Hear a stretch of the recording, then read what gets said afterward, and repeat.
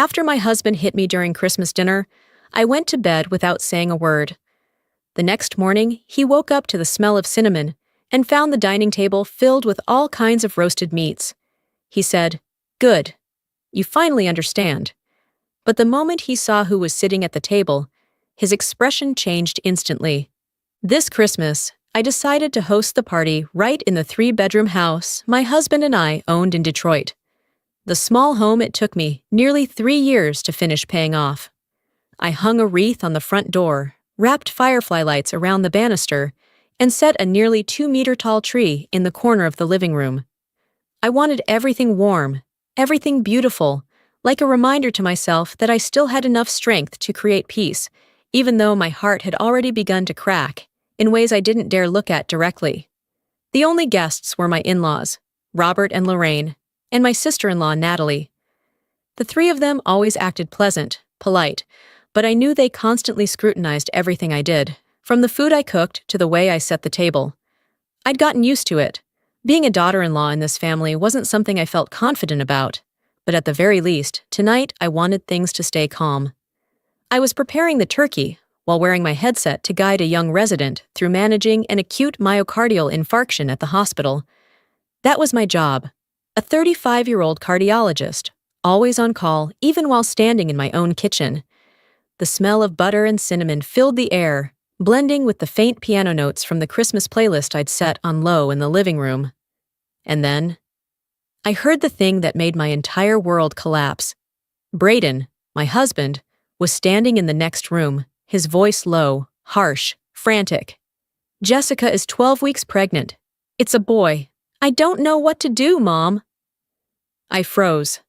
The knife slipped from my hand, hitting the floor with a sharp metallic crack. The turkey wings I'd forgotten to flip had burned black on one side. And in that moment, every sign from the past months, the strange perfume on his shirt, the late nights, the phone always face down, the emergency meetings in the middle of the night, all surged back at once, slamming into me like an icy gust. When I turned my head, I caught Lorraine's eyes. They didn't show shock, not surprise, but worry mixed with something that felt like prior knowledge, as if this wasn't new to her, as if she had stayed silent for far too long. I reached for the roasting pan, but my hands began to shake. I tried to steady myself, but my quickening breath betrayed me. I had lived with Braden long enough to sense something worse was coming, and it came faster than I could turn away. Braden walked straight into the kitchen, saw the burnt turkey, threw me a look dripping with contempt, and slapped me so hard I fell against the wooden cabinet. A sharp line cut across my cheek, his nail leaving a long bleeding red mark. My in-laws saw it clearly. My sister-in-law saw it too. But no one said a word. They simply returned to the meal, trying to resume their conversation about the new Starbucks opening nearby. I looked down at the turkey dish in my hands, trying to find my own breath. As a doctor, I knew the wound wasn't deep enough to require immediate stitches, and if I left the house right then, I would lose every piece of evidence. So I stood up, calm within the burning pain, and continued cleaning as if nothing had happened. I forced a smile at my in-laws, poured them more wine, welcomed them as perfectly as any hostess could.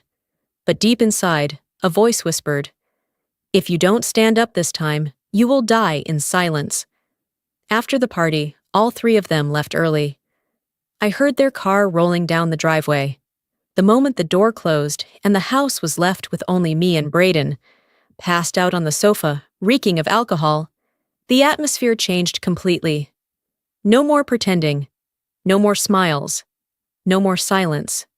Only me, with a torn face, a crushed heart, and a plan forming sharply in my mind. A plan in which Braden would never again have the chance to raise his hand against me.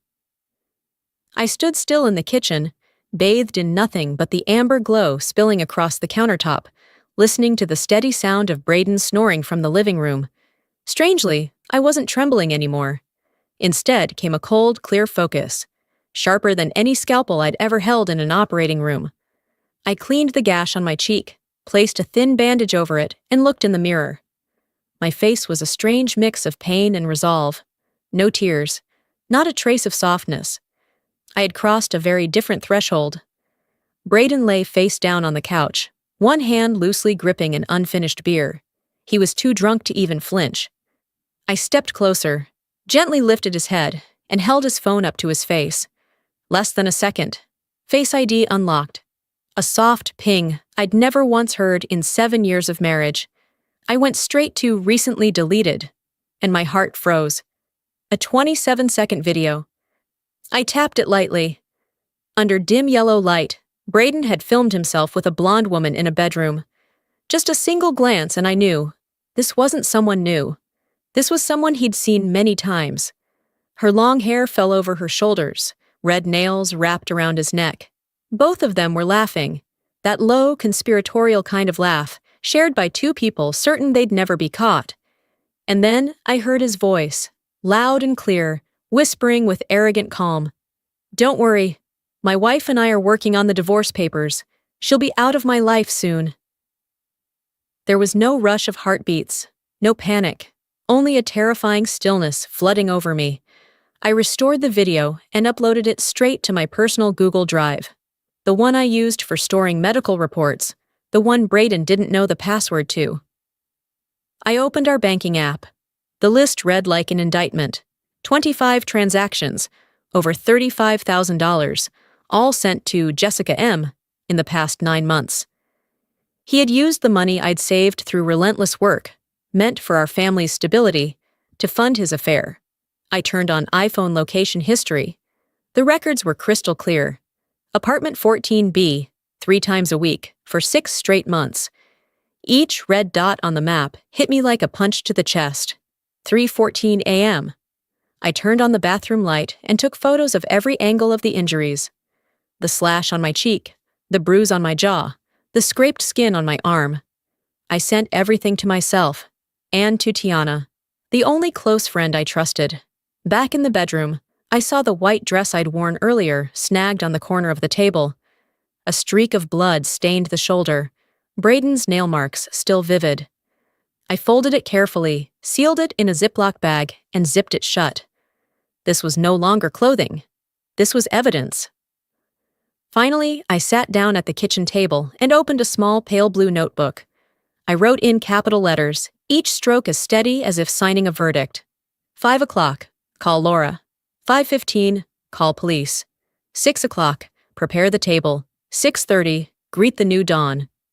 I closed the notebook, set it at the center of the table, and stared at that final line. No more fear. No more desperate hope. No more of the love I once tried so hard to protect. Only one truth remained. Tomorrow morning, Braden would come face to face with a woman who would no longer stay silent. I put the notebook down, stood up, and looked around the kitchen, where just hours ago I had been struck like I meant nothing in my own home. Now everything had shifted. I turned on every kitchen light. I wanted brightness. I wanted clarity. I wanted him to see everything he had done. I began preparing the most perfect breakfast of my life. I kneaded the dough for cinnamon rolls, the soft resistance beneath my fingers oddly calming. I sprinkled cinnamon, mixed butter and brown sugar, rolled it into spirals, and placed them on a tray. The warm scent of spice filled the house, Braden's favorite smell, one I had made for him every Christmas as a ritual of love. And now it became a scent of farewell. While the dough rose, I fried bacon glazed with brown sugar and a thin layer of cayenne, a combo that delivered that perfect crunch he once bragged to his coworkers about, saying, "My wife makes the best breakfast in all of Detroit." Then came the fruit. I sliced apples into fan-shaped petals, carved mango into stars, and trimmed strawberries into tiny flower blooms. I used to do these to impress my mother-in-law. Today, I did them so that when the police looked at this table, they would know I was lucid, in control. Not the frantic liar Braden would soon try to paint me as. I brewed his favorite strong coffee last, pale crema rising to the surface, just the way he liked it. He once told me, "I can forgive anything except bad coffee." I smiled faintly as I set the cup down. Forgive? Not once had I ever needed his forgiveness. When everything was arranged into a flawless spread, still glowing from the remnants of Christmas candlelight, I turned to the mirror on the fridge. I didn't cover the bruise. I didn't hide the gash. I even gently wiped the bandage so the wound showed more clearly. I wanted him to see. I wanted the police to see. I wanted the world to see. At last, I took the small camera I had prepared and moved to the head of the table. I lifted the tissue box lid, slipped the tiny camera inside, and adjusted the angle. Dead center on the table, aimed perfectly at the chair where Braden sat every morning. The moment he entered the kitchen, everything would be recorded. His eyes, his reactions, his denials, and his downfall. I looked at the clock. 4:58 a.m. I heard Detroit's wind howl outside the window. It was still dark, but my kitchen glowed. Not just from the light bulbs, but from the resolve of a woman who had waited far too long to rescue herself. I called Laura at 5 a.m., called the police at 5:15, and sent in all the evidence. They arrived just 10 minutes before Braden woke, sitting quietly in the dining room, as part of the dawn I had written in that notebook the night before. I sat on the chair, hands wrapped around a cup of hot coffee, to keep myself awake, listening to every sound in the house, waiting for morning. And finally, I heard it. The familiar sounds of Braden shifting, stirring, feet hitting the wood floor. The only difference was, this morning, I didn't run into the kitchen to serve him coffee. Braden rubbed his eyes, stumbled into the hallway. As soon as the scent of cinnamon from the oven hit him, he inhaled deeply, smirked. That smug grin of a man who believed his wife had learned her lesson after a beating. "Good. You finally understand," he said without even looking at me. His breath still reeked of last night's booze, but his tone was confident, as if nothing had happened. I didn't answer. I just looked at him, silent, like a mirror about to reflect the truth he never expected. Braden stepped a few more feet into the dining room and froze instantly. I will never forget that moment. In the pale golden light of morning, 2 uniformed officers sat at the Christmas breakfast table, calmly sipping coffee from the cups I had washed just the night before. And Laura, my attorney, sat confidently at the head of the table, in the exact spot Braden usually took each morning, her laptop open, a thick TRO file laid out with the first page already marked. The silence was so sharp I could hear the cinnamon rolls crack gently in the oven behind us. Braden turned to me, his eyes wide, face drained of color. "Kay, what is this?" His voice trembled for real. For the first time, I saw Braden afraid. I stood up, gently set my cup on the table. The light fell across my bruise and the slash on my cheek, uncovered, unhidden. I looked him straight in the eye and said in a calm voice so steady it surprised even me, "You don't get to eat this breakfast, Braden." He stepped back, but Officer Daniels was already on his feet. He opened his notebook, voice clear and professional. "Mr. Braden Miller, you are under arrest for assault causing injury and domestic abuse.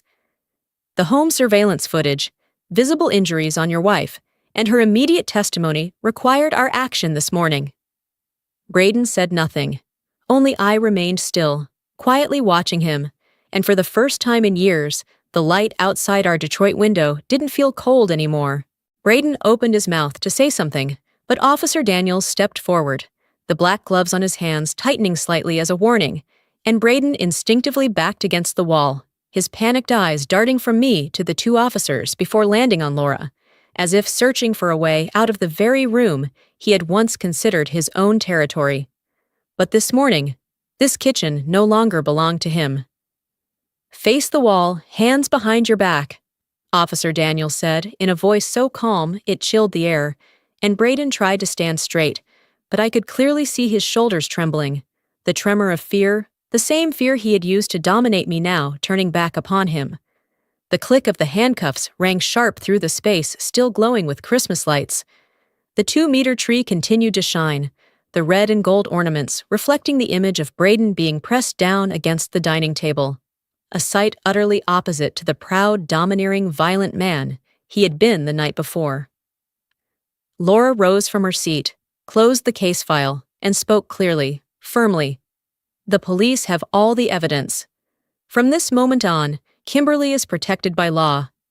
Braden tried to turn his head to look at me, his mouth opening as if to voice an apology or a threat, but no sound came out. The room was too bright, too real, leaving no space for lies. Officer Daniels began documenting everything, listing each charge: severe domestic assault, visible injuries, emergency testimony, in-house video. I did not interrupt, I only watched, as though witnessing the first surgery of my life, one where the patient was not someone I needed to save, but the truth I needed to free. Laura turned to me and gave a small nod. The TRO will be processed immediately. A judge will sign it within a few hours. I nodded. No tears, no smile, only a single feeling spreading quietly through my chest. The silence of a battle I had waited far too long to begin. As the officers led Braden to the door, the morning light fell across his face. Once confident, once arrogant, now pale, drained, twisted with fear. And I stood there in a kitchen still scented with warm cinnamon, knowing that, for the first time, he had to face reality without hiding behind his fists. The door closed behind Braden, leaving me alone in the house that had just endured the greatest storm of my life, but I knew this was only half the truth. The other half lay somewhere else, in the blonde woman from the 27-second video I had watched without blinking. I wiped my hands, sat down, and opened Instagram, recalling the small wave tattoo on her wrist, the detail revealed in the footage, and I searched keywords for nurses in the Detroit area, filtering through images until it took only 8 minutes to find her. Jessica M., 24 years old, pediatric nurse, profile picture showing blonde hair, a bright smile, and a wave tattoo on her left wrist. I sent a short message. "We need to talk. This is about Braden."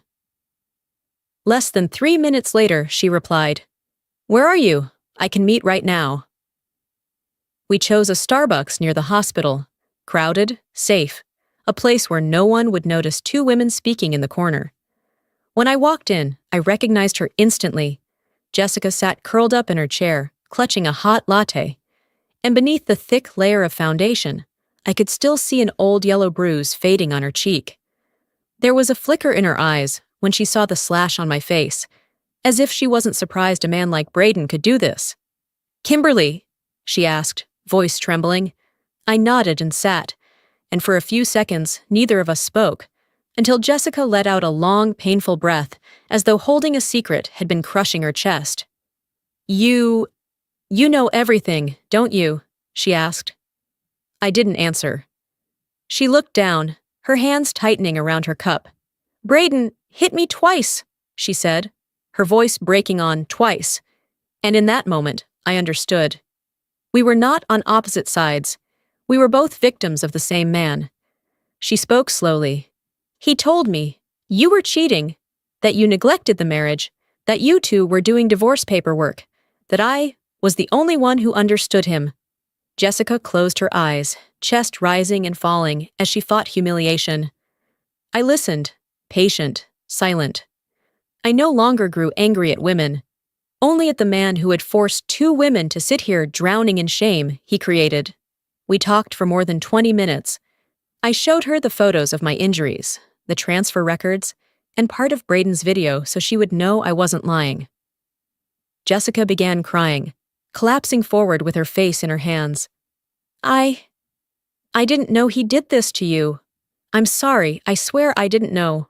I placed my hand on hers, gentle, without judgment. "You're not the one who caused this, but you can help end it." Jessica lifted her head, eyes red but filled with resolve. I'll be a witness. I'll tell them everything about him hitting me. I kept photos of my bruises. I can't let that man destroy anyone else." Then she inhaled sharply, as if remembering something important. "Oh, and one more thing," she said softly. I looked right at her as she touched her stomach, and then lowered her hand. A subconscious gesture. I'm not pregnant." She spoke slowly, meeting my eyes. "I was never pregnant. Braden told me to say that to pressure you into signing the divorce faster. In that moment, the room seemed to freeze. Her voice trembled but stayed firm. He made everything up. I closed my eyes, inhaled deeply, feeling a heavy fog lift from my chest. Braden had not only betrayed me, he had constructed an entire lie to destroy my life. But for the first time, I wasn't afraid, because now I wasn't fighting alone.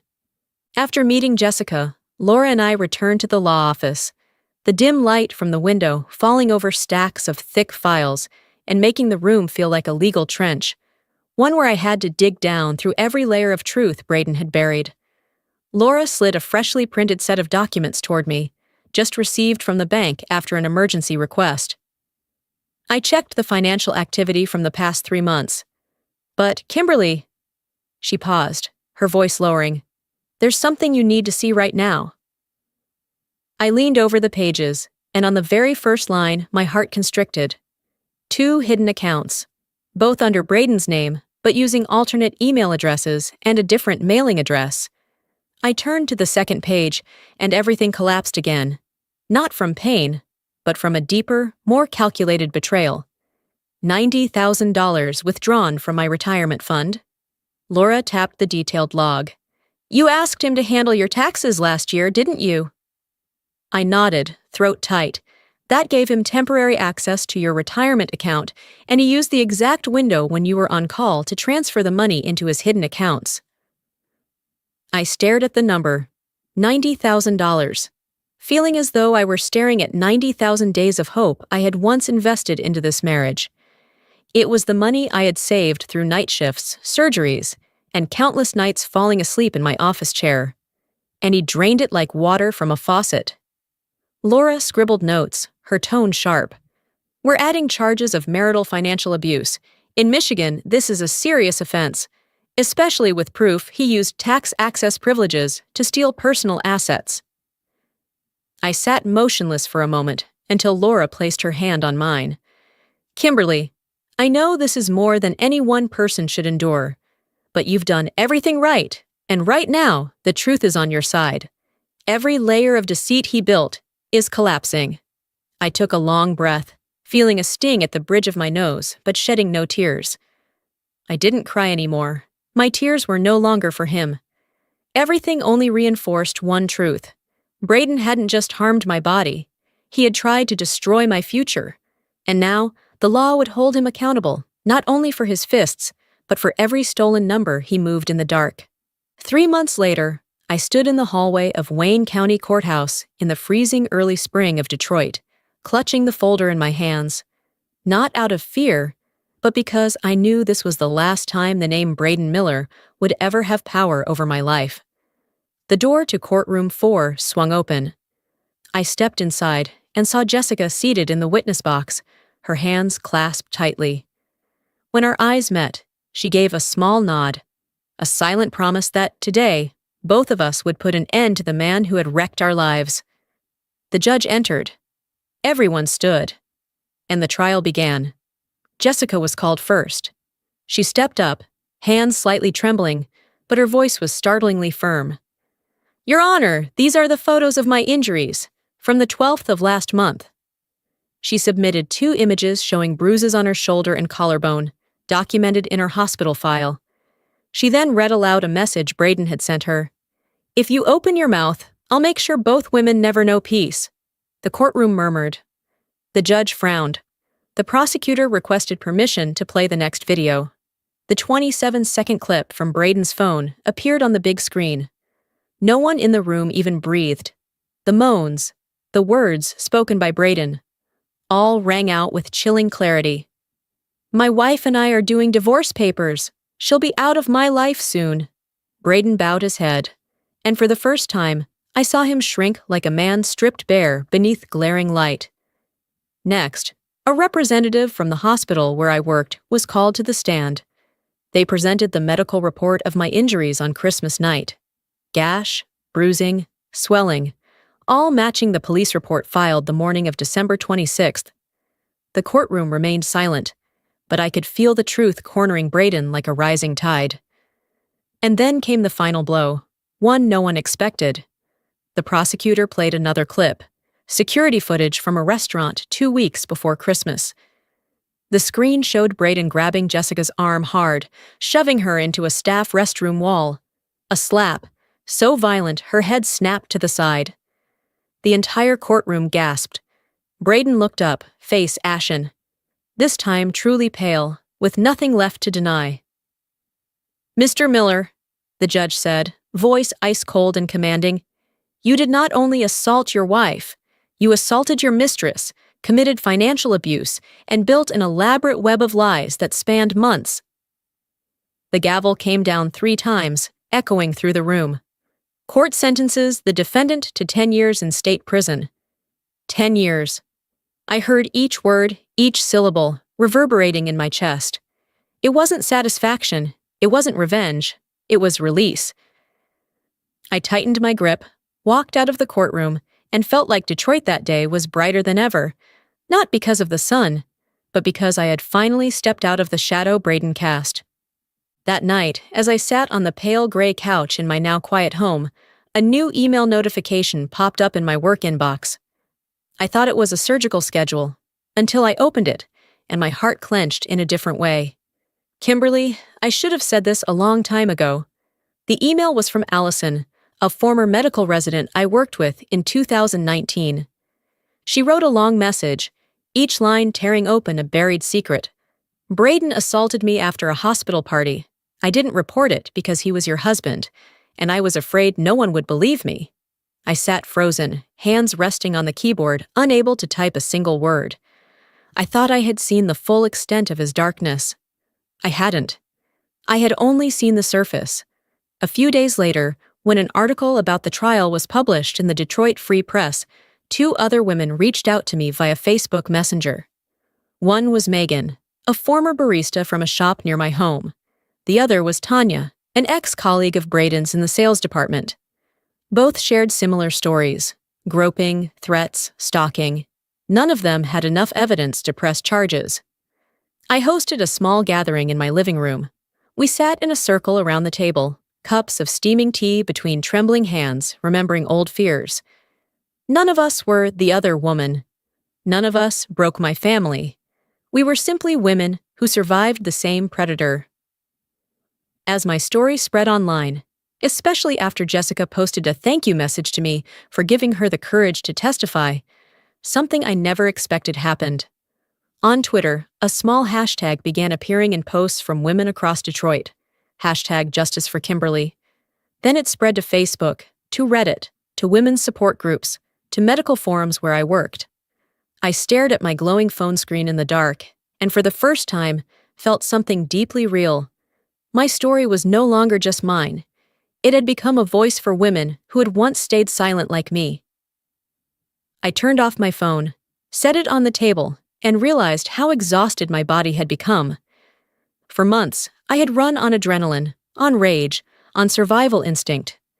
But now, as the storm quieted, the tension stored in my body began to dissolve into a deep, aching fatigue. I knew I needed to change something. That week, I began jogging each morning around the neighborhood, just the first 20 minutes, but enough to feel my body slowly release the aftershocks of PTSD I had buried deep. The steady rhythm of my feet, my own breathing, the cold but clean Detroit wind. Together, they helped me feel alive again after being trapped in a long nightmare. One morning, as I returned to my gate, my heart caught in my chest. Braden's parents were standing there. Lorraine held her arms tightly around herself, as if struggling to remain upright. Robert stared down at the ground, his shoulders trembling in the early cold. It was the first time I had seen them there, without Braden by their side. I stopped, still panting from the run. "Kimberly!" Lorraine called my name, her voice hoarse like someone who'd cried all night. I said nothing. She stepped forward, then paused, perhaps afraid I'd recoil from the memories burned into that house. "We haven't slept in weeks," she said, her trembling hand on her chest.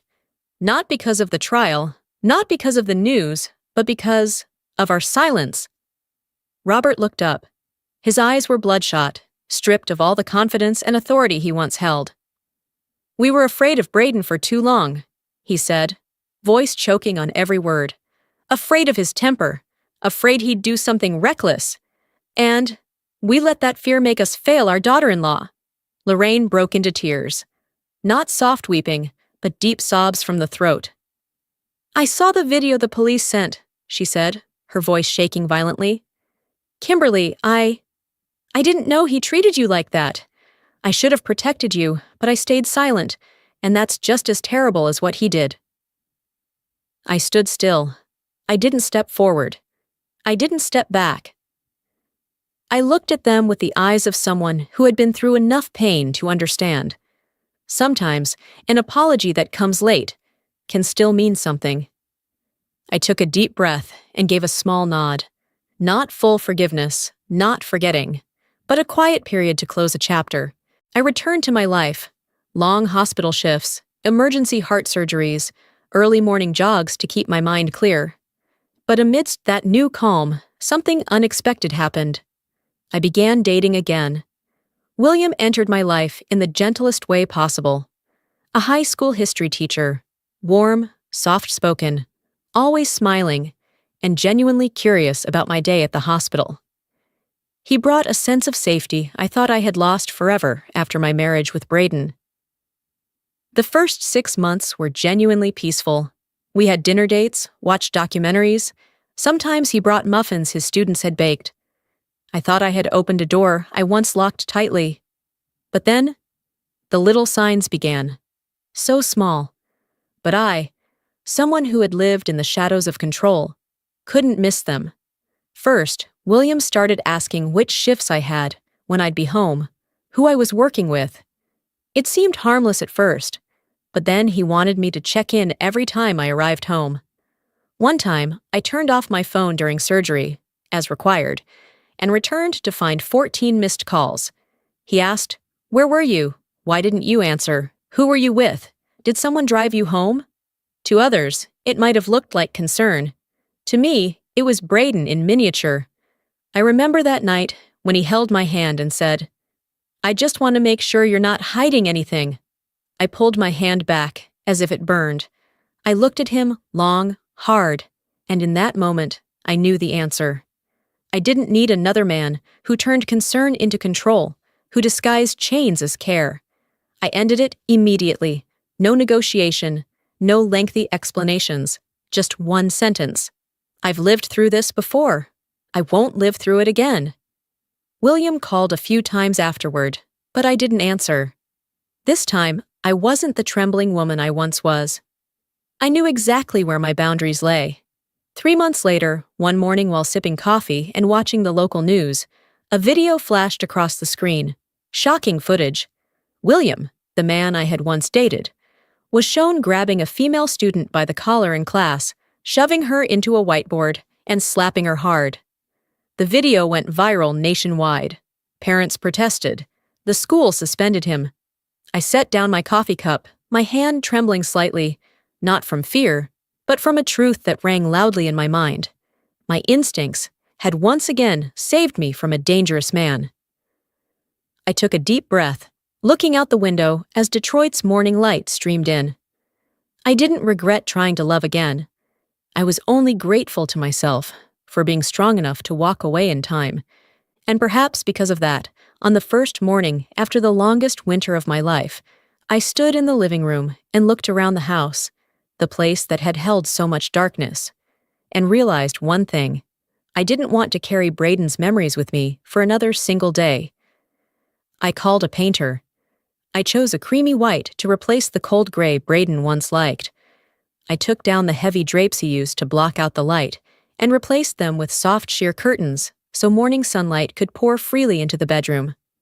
I hung up the little paintings I had bought on work trips, things Braden used to dismiss as clutter. I replaced the lights, the rugs, even the scent of the house with soft lavender. I repaired each corner, each detail, each creaking sound in this home, as if I were stitching together the wounds in my own body. This house, once a hell, where I was beaten, humiliated, controlled down to my very breath, was slowly becoming a place of safety, a place of my own. a place where mornings were bathed in sunlight, afternoons carried the sound of birds in the yard, and nights no longer echoed with angry footsteps. Braden used to forbid me from opening the bedroom window because the light gave him headaches. Now, every morning, I draw the curtains wide enough for the Detroit wind to come rushing in, tossing my hair, reminding me that I'm still here, and I have gotten out. After everything I had been through, I knew I didn't just want to survive. I wanted to help other women survive alongside me. I founded the Cinnamon Foundation, a support fund for women escaping domestic violence, helping them find safe housing, legal counsel, and PTSD therapy. I named the foundation after the cinnamon rolls I baked the morning of December 26th, the meal that marked the moment I stood up. News of the foundation spread through the hospital before I could even announce it officially. One afternoon, while I was signing paperwork, the department chair, a man of few words and strict demeanor, walked into my office. He placed an envelope on my desk and looked at me with an expression I had never seen in 10 years of working together. "Kimberly, I heard what happened, and I'm sorry I didn't notice sooner. This is my contribution." Inside the envelope was $50,000. I was too stunned to speak.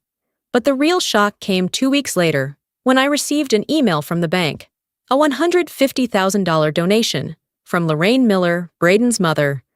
I thought I was seeing it wrong, but no. It was her name. That evening, Braden's sister messaged me. "Kimberly, that money came from my parents selling their house in the city and moving to the suburbs. They want to do the right thing," Mom said. "You've endured more than enough."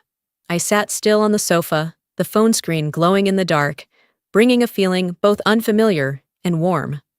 The next day, Lorraine called me. Her voice broke.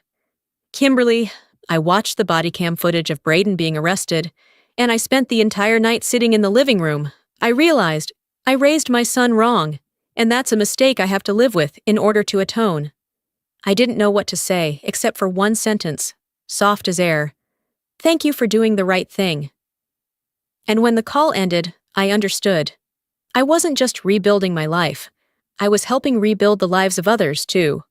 3 months later, I received an unexpected invitation from the Detroit Medical Board. They wanted me to speak at their annual conference, this time under the theme, Recognizing Subtle Violence in Intimate Relationships. I stood backstage, microphone in hand, my nerves no longer shaking like they once did. On the large screen behind me was my name, no longer paired with Braden's surname, just Dr. Kimberly Carter, cardiology, advocate, survivor.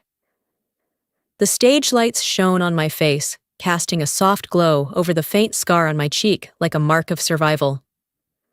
I began my speech with a story, real and simple. Not every punch leaves a bruise, but the most dangerous ones are the ones that make you believe you deserve it. The auditorium was so silent I could hear someone place their pen down. I spoke about the cinnamon rolls on the morning of December 26th, about the phone in the darkness, about the women who reached out to me after the trial. I looked down at the front row, where doctors, nurses, colleagues who had worked beside me every day were sitting, eyes reddening with every word I spoke, and when I paused, took a breath, and ended with one final sentence. Silence is not weakness. Silence is what we do to survive, until it's time to speak. The entire hall rose to their feet. Applause thundered, long, warm, without judgment, without doubt. For the first time in so many years, I felt seen, believed, respected, for who I truly was, not as a shadow behind a man with status. I stood there, smiling softly in the light, and felt a truth resonate clearly.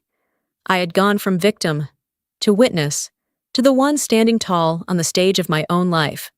On a Sunday morning, light snow fell gently over Detroit. I woke early, turned on the oven, and made cinnamon rolls again, but this time just for myself, not to prove anything to anyone, not to trap anyone, not to preserve peace. Just to live a quiet morning, the kind I once thought I'd never have again. I placed the warm tray on the table. Morning sunlight filtered through the sheer curtains, casting a glow on the faint scar on my cheek. The scar I once hid, once hated, once cried over. Today, I touched it lightly and smiled. No shame, no avoidance. It was proof that I had risen from my own pain. I poured myself a strong cup of coffee, raised it, and whispered, to myself, a private toast. I don't need a man to be happy. I just need myself, and a little more cinnamon. I slipped on my long red coat and stepped outside. A light dusting of snow coated the street. I walked through the white silence, the cold air brushing my face, but I no longer flinched. Final scene. I walk along the sidewalk, my red coat vivid against the snow, breath turning to mist, hands in my pockets, posture straight and light like someone who's finally laid down a heavy past. True freedom doesn't come from walking away. It comes from knowing you'll never go back. If this story moved you, and you'd like me to tell more journeys of strength like this, please hit like, subscribe, and share the video so other women can find the strength within themselves. Thank you for watching to the end.